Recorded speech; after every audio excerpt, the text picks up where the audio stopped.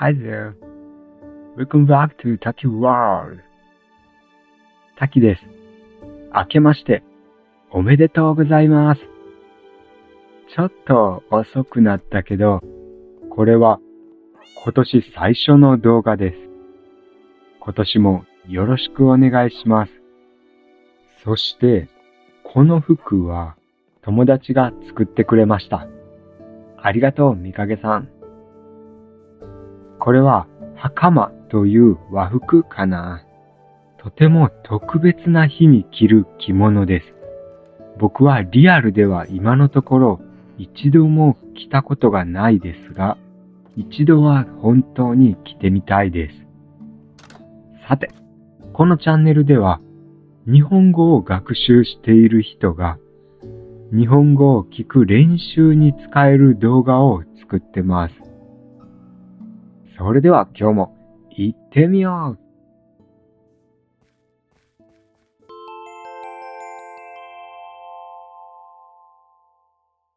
今日は山を作ろうと思います。山を作る。聞き間違いじゃないです。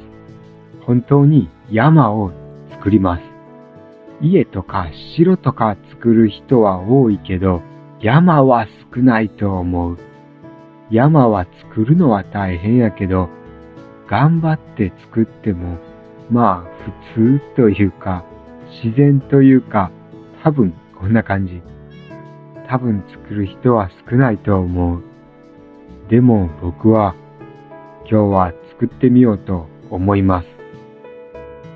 なぜかというと、富士山は縁起がいいと言われているからです。日本では初夢、一年で最初に見る夢で、富士山の夢を見ると一番縁起がいいと言われています。ちなみに2番は鷹、3番はナスです。そして僕の初夢は自分が乗ってる車にスペースシャトルがぶつかる夢でした。それにしても今回の動画は結構不安です。作るのに時間がかかるし、山を作るという変な挑戦がうまくいくのか、成功するのか、かっこいい形に完成するか、あんまり予想できない。今までで一番不安な動画です。かぼちゃのライトを縦に積んでます。不安や。ここを山の中心にします。作る場所1。それが今回最も大切なことなので、めっちゃよーく考えて決めました。さて、上から作っていきます。僕は普段はちゃんと準備するのが好きです。例えば最初、この村に自分の家を作ったときは、先に練習用の世界を作って、そこで家を作る練習をしてから、その後で動画の撮影をしました。つまり僕は合計で2回同じ家を建てました。でも今回は練習なし。その代わり Google スプレッドシートで設計しました。形、高さ、直径、必要な素材の数、すべてを先に計算してから素材を集めて、そして撮影してます。最終的にかっこいい形になるかはわからないけど、でも作ります。正月ですからね。縁起がいいものを見てほしい。富士山が縁起がいいと言われる理由はたくさんあって、一つはさっき話した初夢。他には例えば富士山の形です。富士山を横から見ると末広がりの形をしています。末とは後ろや下の方のことです。月末とか年末とかの末、末。末広がりは未来に向かって成長していくような、発展していくような形なので、縁起がいいと言われています。漢字の8も末広がりなので、8も縁起がいいと言われています。僕は7の方が好きやけど、見てこれ、山を作り始めたことを少し後悔してます。すごい違和感や。だんだん山が大きくなると、不安も大きくなってきました。僕の変な動画を見て、みんながこの山の形を強い記憶として覚えることで、多くの人がいい夢を見れることを僕は祈ってます。そして、これがうまくいくことを祈ってください。大丈夫かなこれ。これ大丈夫？なんか縁起がいい富士山というより、これ、YouTube で再生して大丈夫かな？すでに撮影時間がめっちゃ長くなってきたけど、馬が谷に落ちてるみたい。助けよう。今年は馬の年やからな。いいことをした気がする。本物の富士山の高さは3700メートルくらいあります。この山はだいたい100分の1くらいのサイズです。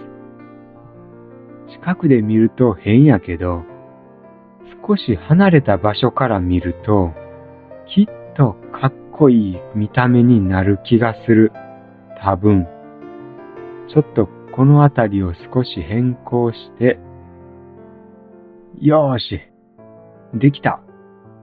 撮影はめっちゃ時間がかかったけど、近くで見るとちょっと変やけど、カメラを後ろに動かして、遠くから見ると、きっといい感じに見える気がする。今僕がいるこの場所からは見えないけど、どうでしょう？どうですか？まだかな？カメラの位置をもっと遠くにしよう。これでどうだ？あれ？おー！ちょっと良くない？実は近くにある小さい山やけど、離れた場所から見ると、すごく遠くにある大きな山に見える。見える？まあ、悪くないよね。よし。新年最初の動画はそろそろ終わりです。気軽にコメントを書いてくれるととても嬉しいです。日本語を書く練習に使ってくれてもいいよ。僕の動画を見てくれてありがとうございました。じゃあ、またね。まだいますか？ここからはストーリータイム。今までより少し早い自然な日本語で少しだけ雑談する時間です。そして今から展望台、富士山をいい感じに見えるタワーを作ります。さて、今日は僕の見た目の話を少しだけ。僕の見た目はこんな感じです。これは多分1年前くらい。このバイクはもう売りました。当時は趣味が3つあって、バイクと言語学習と動画制作。3つは多すぎて時間が足りないから1つ減らしました。そういえば YouTube 動画で自分の顔を見せると、サブスクライバーが増えるって聞いたことがあって、僕は前動画で顔を出したことがあるんやけど、その時はサブスクライバーが減りました。2人。日本語学習系の動画なのに日本人じゃないと思われたのかな。そういえばフィリピンに旅行した時、ローカルのガイドさんに、君は私の兄弟に顔が似てるって言われました。ベトナムの人にも言われたことがある。おかしいな。両親も日本人やし、日本で生まれて40年以上住んでるんやけど、まあいいか。そういえば、僕はベトナムは今のところ行ったことがないので、本当に似てるのか確認に行ってみたいです。アジア以外の人から見たら、どこの国の出身かわからないかもしれない。